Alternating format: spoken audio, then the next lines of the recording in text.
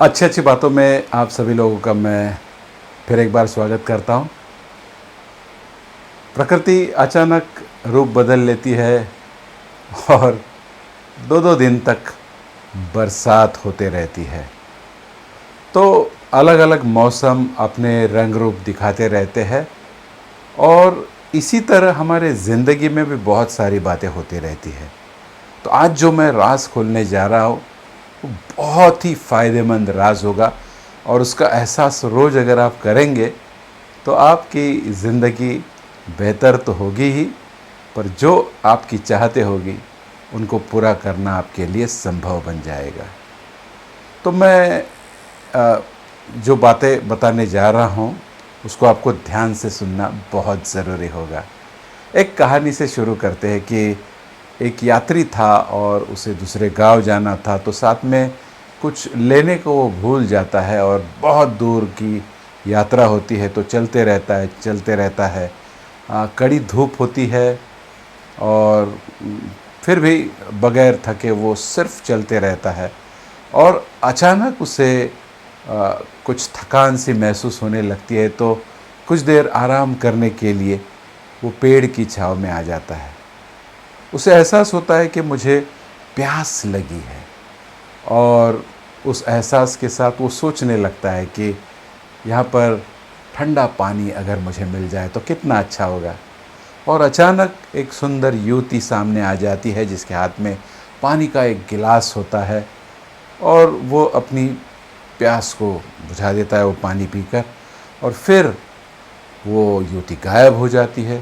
थोड़ी देर के पश्चात उसे लगने लगता है कि मुझे इतना चलने के बाद बहुत भूख लगी है, तो अगर कोई अच्छा खाना यहाँ पर मिल जाए, साथ में फलाहार भी मिल जाए तो कितना अच्छा होगा। वो सोचता ही है और दो युवतियाँ सामने आ जाती है। एक के हाथ में फलों की थाली होती है, दूसरी के हाथ में मस्त लज्जतदार खाना रहता है। तो उसे खाकर वो अपनी भूख भी मिटा देता है, बहुत अच्छा महसूस करता है। दो युवतियाँ गायब हो जाती है। फिर उसे लगता है कि एक कैट नैप होनी चाहिए, यानी थोड़ा आराम अगर मैं फरमाता हूँ तो आगे की यात्रा बहुत ही आसानी से संभव होगी। वो सोचता ही है, इतने में एक पलंग वहाँ पर आ जाता है और उस पर वो एक मस्त नींद लेकर उठ जाता है। अचानक उसे एहसास होने लगता है कि जब वो पलंग गायब हो जाता है तो यहाँ कुछ भी अजीबो गरीब हो रहा है। जैसे मैं सोच रहा हूँ वैसे हो रहा है। तो ये भूतों की जगह तो नहीं, और जैसे भूतों के बारे में सोचता है 10-12 भूत उसके इर्द गिर्द मंडराने लगते हैं। अब इसमें से एक हाथ भूत आकर मुझे खा तो नहीं जाएगा, निगल तो नहीं जाएगा। और जैसे वो सोचता है, दोस्तों, वो जिस पेड़ के नीचे होता है वो शायद कल्प वृक्ष होता है और ऐसे कहा गया है कि उसके नीचे जो भी आप इच्छा व्यक्त करते हैं तो वो पूरी हो जाती है। पर हम ऐसे बार बार सोचते रहते हैं कि मेरे जीवन में धन की बरसात हो, खुशियों की बरसात हो, अच्छी अच्छी बातों की बरसात हो। और ये पीछे जो पेड़ आपको दिखाई दे रहा है उसे भी लोग कल्प वृक्ष कहते हैं। तो इस तरह का वृक्ष अगर मेरे जीवन में आ जाए जो पुरान कालों में कहा जाता था, तो कितने लोगों को लगता है। पर मैं अगर कहूँ तो इस तरह का वृक्ष हमारे साथ ही लेकर हम घूमते रहते हैं तो कितने लोगों को यकीन हो जाएगा।